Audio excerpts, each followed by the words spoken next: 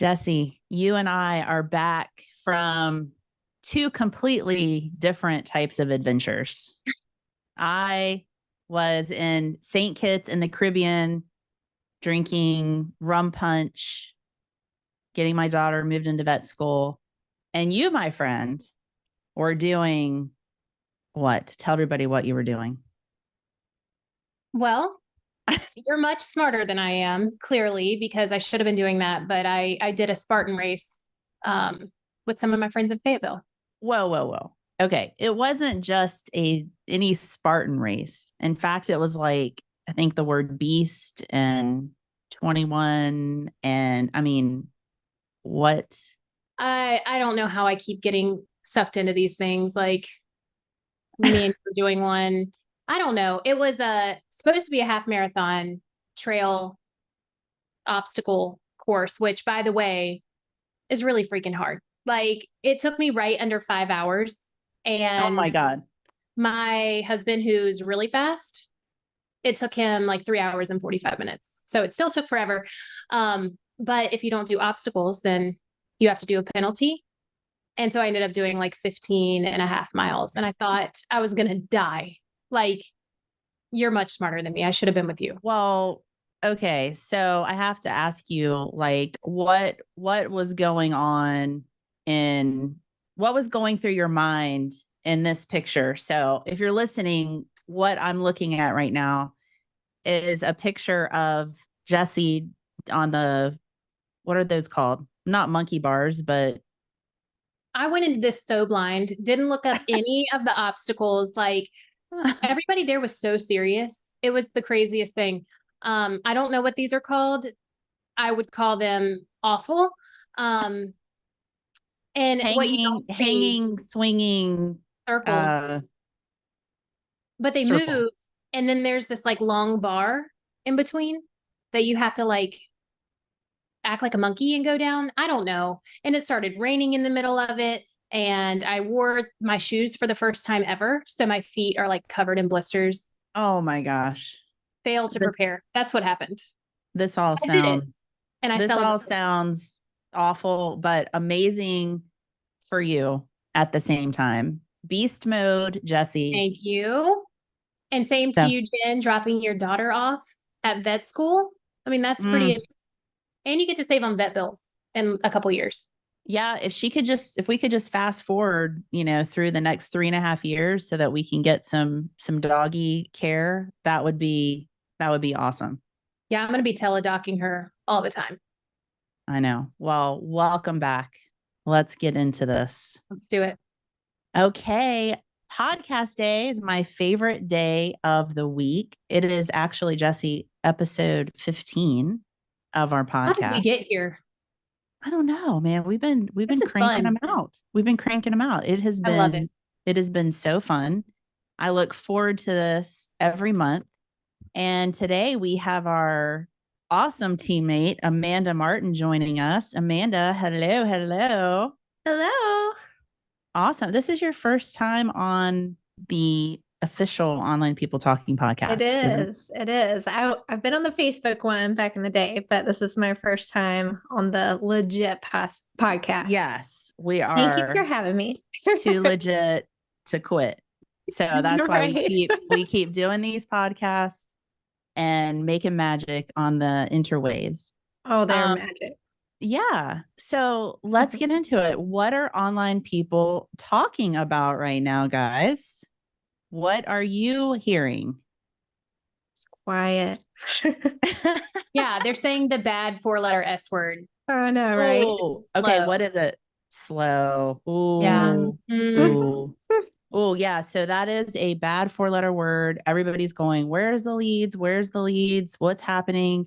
We came off a really great Q1, right? And then we've seen a little bit of a slowdown in the leads. Online sales specialists, like Jessie's saying, slow is a bad 4-letter word that you never want to say to anybody in your organization.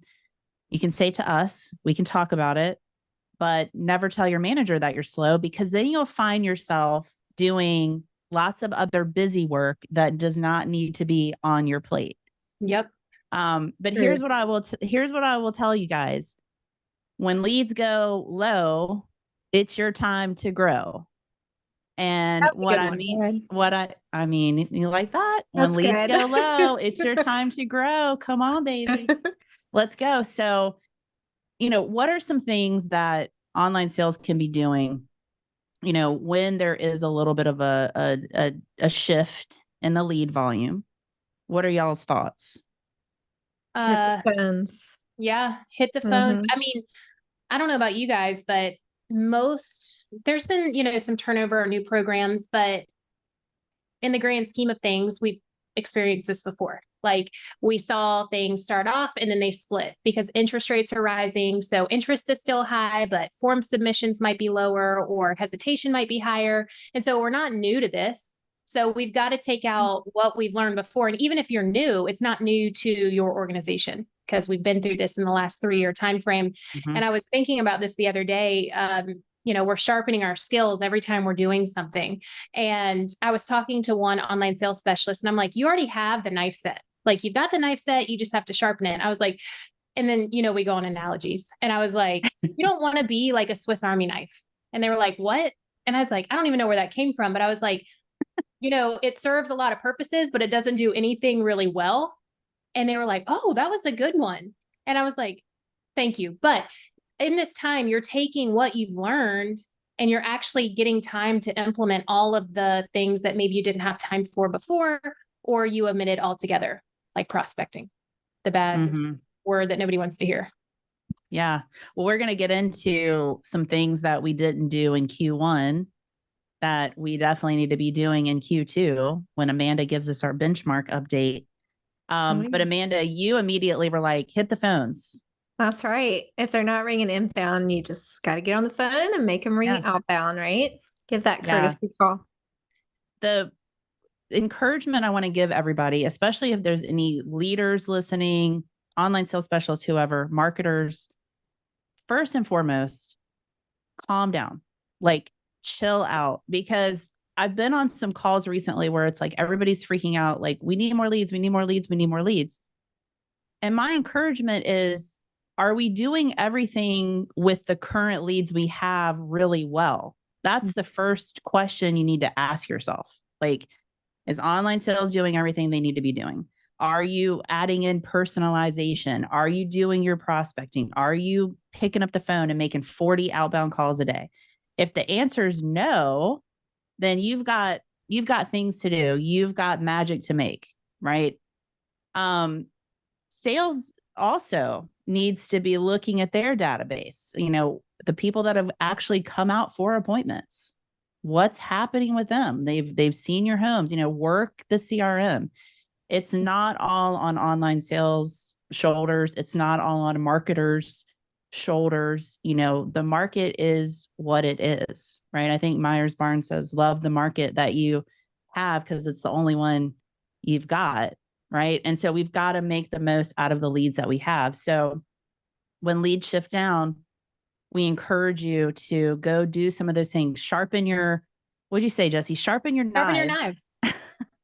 I don't know, Jen. I was thinking about this, and there are builders who just naturally have a lower number of leads, a more manageable amount of leads that they're working, and they go, "Well, I'm doing everything. Like I'm doing the personalized video email, I'm doing the 5-minute response time, I'm doing all of the things, I'm prospecting." And so I'm like, you've got to identify the opportunity that you have that you're not identifying right now. And so we were started digging and I'm like, okay, well, you're doing prospecting, but you're sending maybe a blanket email and then calling a couple of people. Why don't you use the extra time and do community specific outreach? What does your company have right now? Sitting inventory? That's what's selling. With the rise in interest rates, people want something more quick turnaround. Take what you have, target the audience that you have, and really work that list to move the needle for your company. And they get excited about it for the most part. It's like, we think naturally everybody thinks that way, but it's like, you just kind of have to dig in and go, okay, what's in here for me? What can I do? I love that. It's intentional prospecting, right? Mm-hmm. It's like not just blanket prospecting, but intentional prospecting. Side note, online sales specialist, in order to be able to do intentional prospecting really well, You have to make sure that you are documenting in your CRM the community of interest. Make sure you're slowing down and marking those things in your CRM, putting in the correct notes and checking off the boxes so that you can go pull those segmented lists that Jessie is talking about. So Yeah. And okay. ratings too. Like keep your ratings up to date so you can pull those lists. And no better time to bridge the gap between you and your on-site team than now, because if you're slow, they're probably feeling it too. And so by reaching out to them and asking them, hey, what's sitting? What should I send out to the prospects to get you more appointments? You're gonna start to win them over by sending them more, knowing that you have their best interest in mind too. I love that. Proactive communication with sales, with marketing, with your manager. So again, these are all things when leads shift that you can be doing that are totally in your control, right? You can't control how many leads you're getting, but you can control what you do with them. And communication is key. If you're feeling like people are pointing the finger at you going, what are you doing? What are you doing? What are you doing? Combat that with being proactive on what you're doing. I can remember standing in front of my sales team at a meeting and going, hey, I just want to let you know, I know that you have inventory that you need to move out at Culpeper Landing. I got you. I'm going to go in. I'm pulling a list. I'm going to be reaching out to them to get you some extra appointments. And they're like, what? Yeah. Oh my God. You're the most amazing person ever, right? And it's like, yeah, I got you, because that says we're in it. I'm in it with you. I'm invested in this with you. I'm in it with you. I want you to get more sales. And what do we know, ladies? Sales are a result of what? Appointments. So, dig deep, sharpen the knives, and first and foremost, calm down. You got this, right? Okay, what do we have for you today, though, is our Q1, the Q1 benchmarks have been released, right? So if you released into the wild, so if you have not checked those out, head over to doyouconvert.com. We've got a blog on there by the amazing Amanda Martin. Amanda, so first, let's remind everybody how we come up with these benchmarks. We're not just pulling them out of thin air. No. Lots of hard work, lots of numbers behind these. So anyways, we take all of our builder partners, and it's a wonderful, collection of them, because we have them from all different sorts of markets. There's large builders, small builders, established programs, brand new programs. So it's a huge mix of people. And we put it all together and form averages to come up with our benchmarks. But it gives just this really great oversight of how things are going for the industry as a whole. So, yes. And I think it's important to note too that, we're looking at builders who count leads the same way. Yeah. Count appointments the same way. Count sales the same way. So that we have a consistent, data integrity numbers to give you. That's right. So it's not representative of every builder that we work with. True. We're only pulling out the ones that we have verified that they're counting things the consistent way. So side note. For any of you wondering. So Amanda, what did we see for Q1? Oh, goodness. Really good numbers. So our appointment made to kept came in at 91%. So a slight uptick there. Lead to appointment kept, that came in at 39%. So slightly down by 1%. Appointment to sale conversion came in at 20%. That actually went up by 2%. And we're comparing this to the same quarter from last year, by the way. And then last but not least, the online sales contribution came in at 46%. So that also increased by 1%. Good stuff. Nice. So those were our numbers. Did anything surprise you? No, not really. I mean, everything, was pretty standard. I think it's, pretty in line with the beginning of the year. Like we hit the selling season, it happened slightly earlier. And, as an online sales consultant, we kind of go into reactive mode, right? Like we're answering the calls, taking care of the leads, and we forget the other piece of like the outbound, the prospecting. So it makes sense, when it's busier, like we're just Right. helping what's there. So, but overall, really good steady numbers. And I think there's a little bit of hesitancy from the leads to, sign up for that initial appointment. But once they do, they're really serious. So that's where we see that increase in the appointment to sale. So they're really good leads if they do actually take the step to go to an appointment. And it gives us that solid contribution. Well, I want to talk about something you said, because so Q1, like everybody felt like really busy, right? Yeah, that's good. And when we looked at the increase of leads from Q4 of 2023 to Q1 of 2021, leads were up. I think it was 74%. Fact check me. It was 74% up from last year to Q1 of this year. So yeah, like selling spring season came early, right? We were seeing those trends right after the holidays, like traffic soared.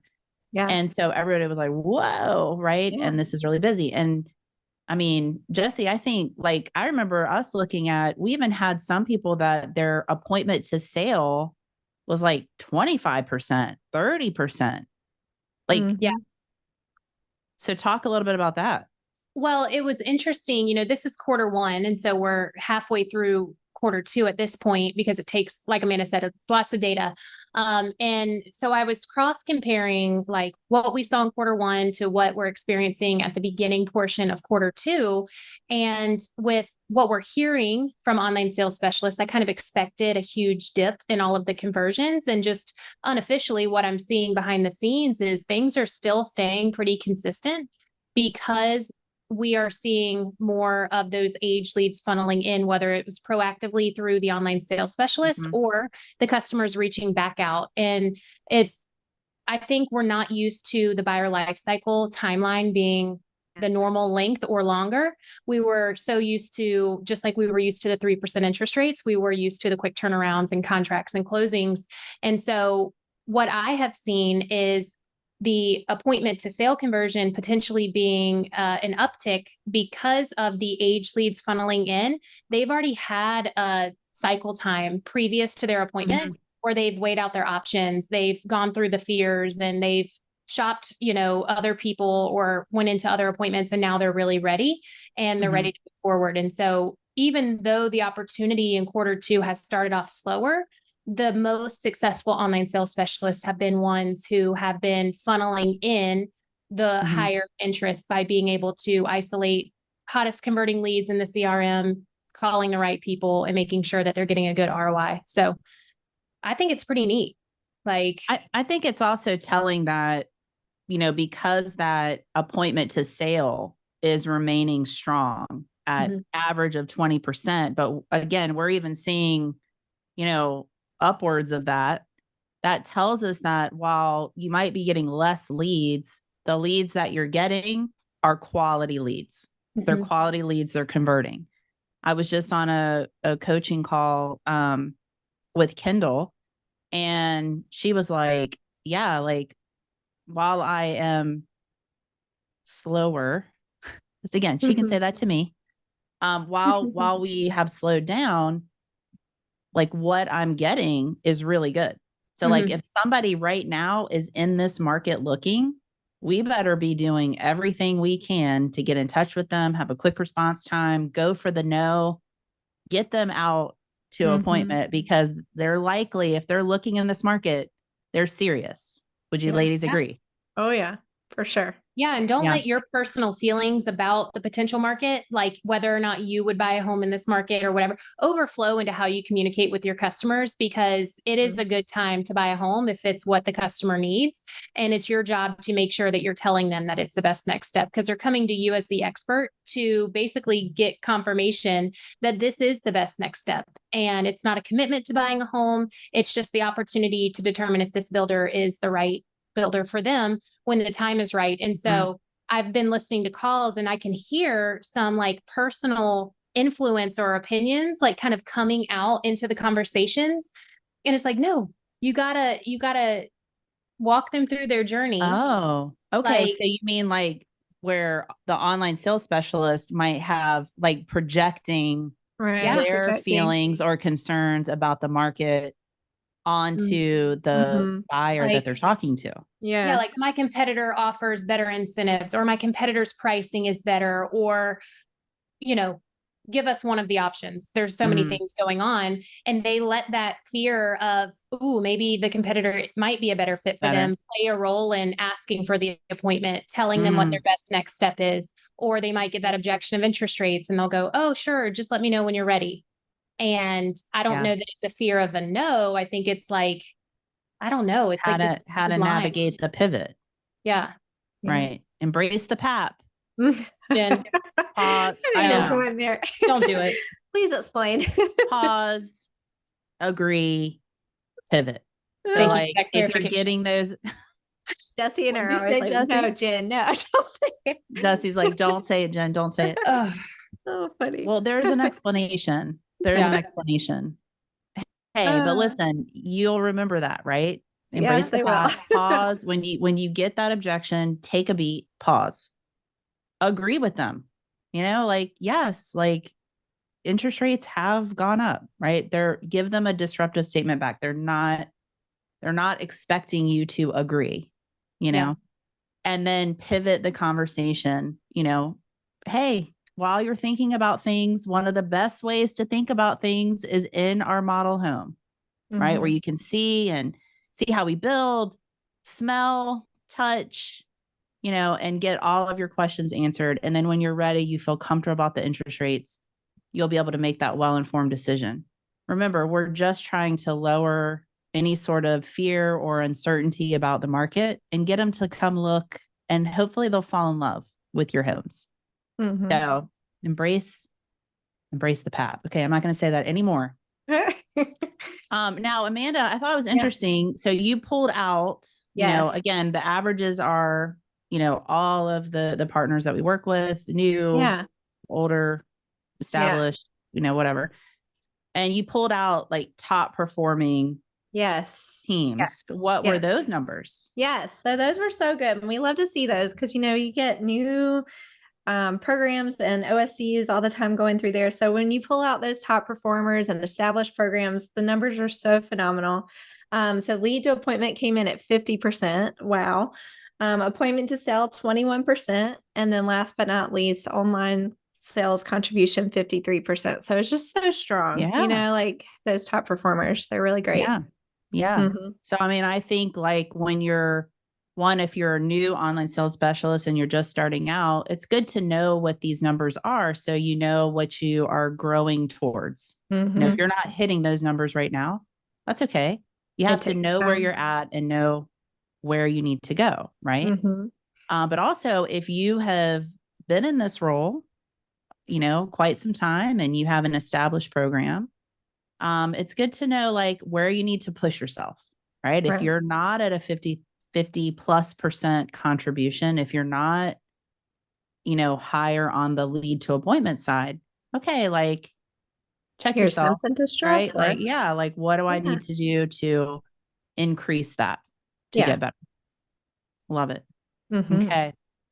Hey, guess what? We have a video mailbag that came in from our last podcast that we did with Rhonda. So I want to share this with you guys and then we will talk about it. There's Jessie again on the ropes. Okay, here we go. Hey, how's it going, Jen? I listened to your podcast today and it was so great. I was super happy to find your baby podcast and you asked for a burning question. I don't know that I have like burning questions, but look at my background. I painted it and I'm so excited. So now I'm toying with other things. Like I have this little lamp, maybe. Oh, see, for some infill light. So I guess my burning question for you is how, and for your guests there, how do you prepare for something like a speaking event or for even a podcast, because I just got asked to be on a podcast, which I'm way excited about. I'm a little nervous, but I think it'll be okay. And I'd love to share my heart with the world a little more often. So I want your tips. That's my question for you. Have a lovely day. If you want to know my other answers, I'll tell you that too. But my inspiration, by the way, is going to be my background. So the people that inspire me, and the ideas and stuff like you were talking about, that's what's going to go on my wall behind me to help me continue to be inspired. So cheers. Good job on your baby podcast. It's beautiful. I'm going to listen to all of it. See ya. Bye. Oh, so nice. Yes, love her. Beth coming in. Beth is attending our online sales academy right now. Beth, because you sent in a video mailbag, I'm going to be sending you one of Rhonda's books. Here it is right here. I will get that out to you. Good one. The ladies, let's answer her question. So she's talking about first her background. We love your background. It's gorgeous. Good painting. Love the color. Love the Can color. we just take a minute to talk about the importance of investing in yourself? Like, you get excited to do videos when you love your background, or you get excited when you get that new ring light or the camera. And it's really fun because you can see it in the way that she's speaking and in her smile that like she's excited to do all of this. So I think it's awesome. Mm-hmm. So Olivia, our producer, guys, is just sending me chat saying, oh no, Jessie's sending me chat saying I was sharing the wrong screen. Awesome. Okay, so that's fine. Olivia will fix that for us. Okay, so we love the background. And I love what you're saying, Jessie. Yes, and like make your office a warm, friendly place with things that you love that will fill your cup, and that makes you work better. I love that. Okay, so she's asking about how to prepare for a presentation, how to prepare for a podcast. If you're out there in online sales and you get asked to be on a podcast, ooh, love that. So Amanda, do you have any tips for preparing for a presentation or anything like that you're doing? Well, yeah, of course, there's the content piece. So, you want to figure out all the different topics that you're going to want to talk about, think about them before, kind of brainstorm, come up with some good ideas and things that you want to share, and practice how long it takes you to talk about it. But then also just be excited about what you're sharing and bring the energy when you are sharing that. So you want to really translate that to your audience, that you're excited and passionate about what you're talking about. Passion goes a long way. You could be up there talking about, I don't know what, but if you're passionate about it, hey. Comes through. Jessie, what are your thoughts? Well, I just think about, since this is for online salespeople, putting myself back in the seat of online sales when they go, hey, we need you to stand up in front of our sales team and give an update on all things online sales world. And I can imagine even a newbie or someone who's done it for quite some time, but has never stood up in front of their sales team, how scary that could be, or nerve-wracking. And so my advice to you is, number one, and this is a piece of advice that a very smart woman gave me quite some time ago. And she said, if you're asked to do something, it's because you know more than the person that you're telling the information to. And so if you have something that you want to share, if you've got benchmarks and numbers, whatever it is that you're standing up in front of them, telling them, make sure you've got some piece of education on telling them what's in it for them. And then just remember that you've been asked to do it for a reason, and to just be authentic and be yourself, and know that we love people for being people. So just show up and do it. I love it. I love it. I think that I agree with both of you very much. And I think that anytime you're preparing to present something, whether it's for 10 minutes or for an hour, you do need to prepare. So you need to take some time to sit down and really think about it. I remember Mike telling me for every hour that you present, you need 4 hours of prep time. I was like, whoa. So if you go into something willy-nilly, you might get willy-nilly results. So even like Jessie's saying, speaking in front of your sales team for 10 or 15 minutes, you need to take a half an hour ahead of time and really think about, okay, these are the things that I want to talk about, write them down, make sure that you take some time to think about it and prepare. for Mhm. what you're going to say. And Mhm. again, if you're on a podcast, that's fantastic. Make sure you ask the podcaster to give you the notes and agenda ahead of time so that you can be prepared for what the questions are going to be, for what they're going to talk about, so that you can be ready for that and you can have thoughtful and intentional answers and questions to that. So, Mhm. And I love go ahead. something you said, Jessie. You said the we kind of mindset. So whoever it is that you're talking to, like make sure whatever it is you're saying relates to them so that they can, Mm. really interact with that. Know your audience, Yeah. right? Know your audience. Like, why would this be important to them? Why would they Mhm. care about this information? So, Mhm. love that. Thank you, Beth, for sending that in. We will get that book out to you ASAP. Okay, it's time for the skills check because what? You better check yourself. Before you wreck yourself. Yes. Check yourself before you wreck it. Did I tell you Ice Cube is coming here to Virginia Beach? Oh man, we should I've all got to go. get tickets. I've got to get tickets. Okay. So skills check is, kind of a couple things going into what we've talked about today. I challenge you guys to go back and look at your follow-up process. How are you following up with not only new leads? How are you following up with responsive leads? People that you've already talked to, but you didn't get them to an appointment. And even your prospecting, and figure out how to incorporate an additional piece of personalization into that. So, Jessie, what are some ideas? What are some things they could do to go back and incorporate something personal? What do you Well, think? my mind went to two places. So the first one being kind of just non-responsive lead management, or even responded that maybe has ghosted you, is when you're doing something, don't do it for the sake of completion, do it with a purpose. So if you are doing a voicemail and then following that up with an email, make sure you tell them like, hey, I'm going to be sending you an email right after this. My email address is blah, blah, blah. Go search for it. I've included some really great information specific to what you inquired about. And that drafts them to go to their inbox. Not everybody looks at their personal email inbox like we do at our work email inbox. So that is telling them to do that. And then if you say, you know what, I'll also follow this up with a quick text in case that's easier for you. And then you immediately follow through with that. Not that it's specifically personal. It is, because it's one-to-one communication, but you're telling them what you want to do and you're connecting the dots for them. And then you're following through with all of those things. So the first one is just tell them where to go, tell them where to look, tell them how you can help.